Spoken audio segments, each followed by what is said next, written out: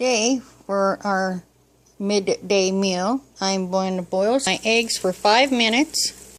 I have some extra lean ground beef, and I have 1 egg yolk. I'm going to add the egg yolk to that.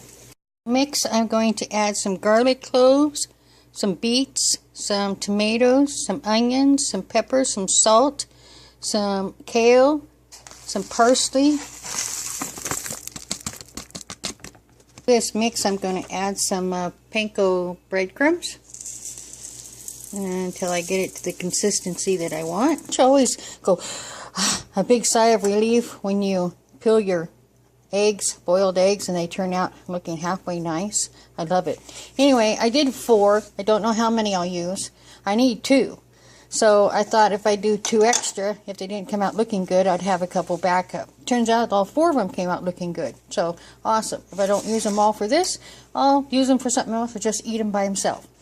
My goal today is to take this mix, wrap it around these, put 1 in each one of these little dishes, and bake them in the oven at 350 degrees for 35 minutes. Kind of like a Scotch egg, but my version.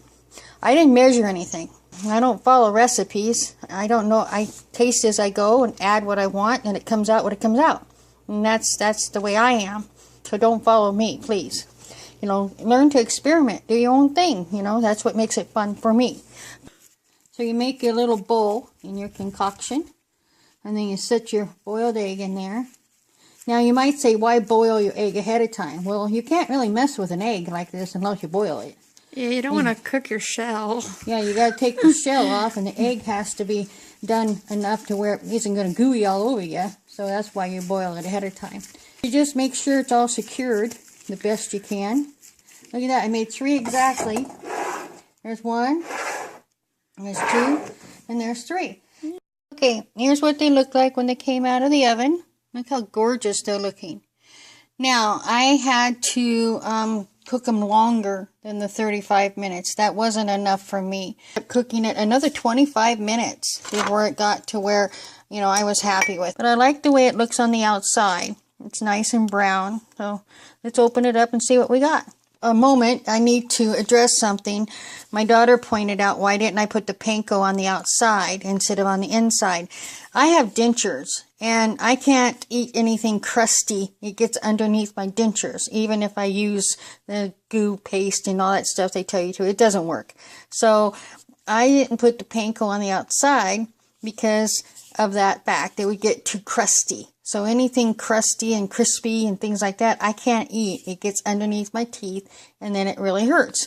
So that's why I put the Panko in and mixed it in the mix. So in case anyone's curious.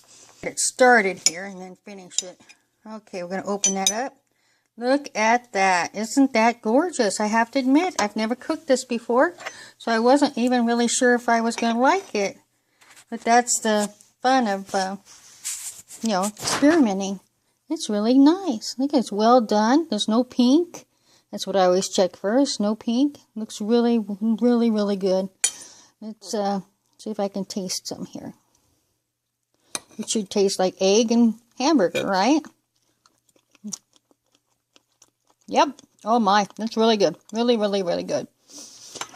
Now, I want to take a moment here and give some credit where credit is due. There's a lady on the internet who does videos, and her YouTube is called Prepper Potpourri, and her recipe was for Scotch egg. I'll provide the link below.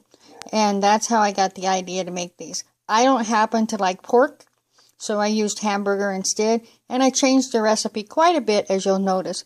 But that's good because each person can do their own. I happen to really like this a lot. So try and experiment. I hope you enjoyed the video. Take care.